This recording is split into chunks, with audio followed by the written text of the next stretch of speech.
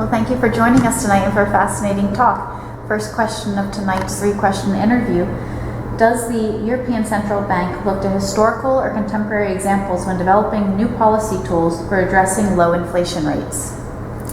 I think to deal with the current situation, both worldwide but also in the European level, I think we were all entering uncharted territory. And that meant that throughout the community of central bankers, but indeed the entire economics profession, people were looking what are the kind of tools that we can use. Of course, each country, each jurisdiction needs to target and tailor their tools to the particular situation they're in.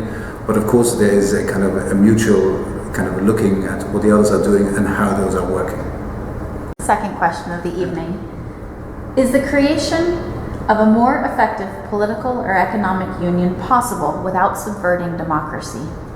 I think democracy is a key element in making sure that economic and monetary union retains the legitimacy of the people, because it's not an end in itself. It is to generate benefits, growth, prosperity for the people. So we must find a structure that is supported by the people. And of course, as we move forward in trying to develop economic monetary union further, to have a political union of some sort with a better connect between accountability and the decisions that are being taken in Brussels, but also at national level, is essential, but is also very complex. So I think it's a work in progress.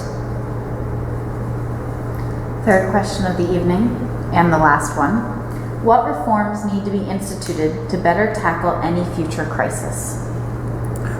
I think there's two aspects to that. Of course, many of the reforms that we've instituted in terms of building a banking union, a single supervisory mechanism to supervise all banks in the Eurozone, moving towards a single resolution mechanism, and maybe eventually to a single deposit guarantee schemes. These are elements, we said, these are essentials to shore up and complete economic and monetary union.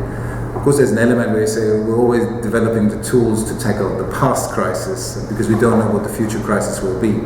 But I think beyond these big institutional questions, there's a lot of reforms happening in international fora, trying to make the financial sector, the banking sector, more resilient, and that will hopefully put it in a position to weather future crises better than it did in the past.